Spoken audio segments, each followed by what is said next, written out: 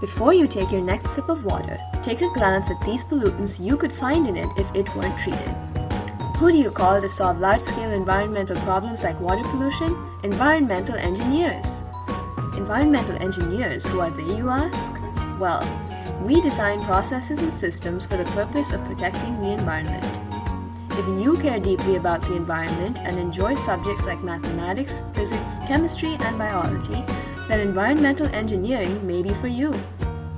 I'm going to go through some examples of how chemistry can be applied to solve water pollution and treat sludge, something environmental engineers would like to look into.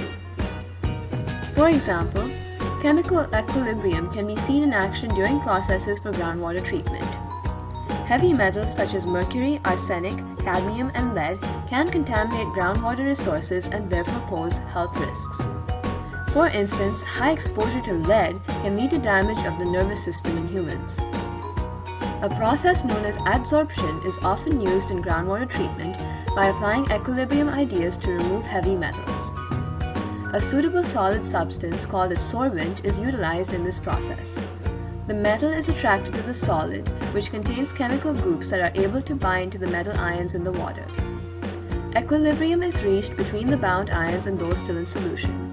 Since the metal is bound to the solid sorbent, both can be removed and disposed of. Additionally, water softening techniques intended to purify water apply the knowledge of solubility. Environmental engineers develop plants such as the one seen in the image for processes like this. Hard water contains significant quantities of dissolved calcium and magnesium ions, often with bicarbonate ions. Soap fails to lather with hard water. In order to soften this water, adding lime and removing the resulting insoluble precipitates is the way to go. For instance, in the following reaction, calcium carbonate is formed as an insoluble precipitate which may then be removed. This is made possible because calcium carbonate has a small solubility product constant, which is why small concentrations of calcium ions and bicarbonate ions react with lime to precipitate it out. Further, organic chemistry and energetics can be applied for a method of sludge treatment called anaerobic digestion. Environmental engineers would be involved in designing processes in plants such as the one in the image.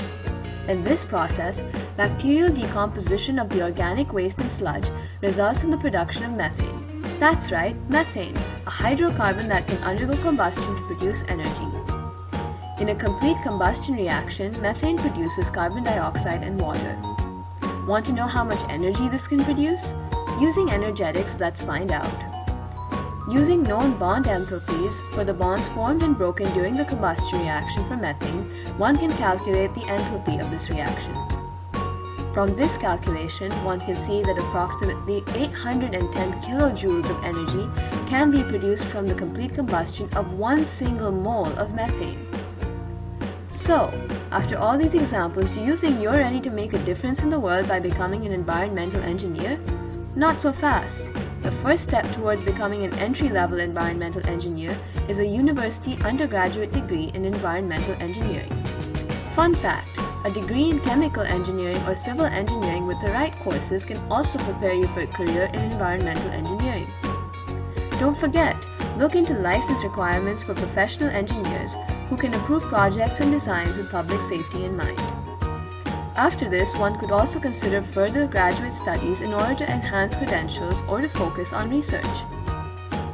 Watch on to learn about what a day in the life of an environmental engineer looks like from my colleagues.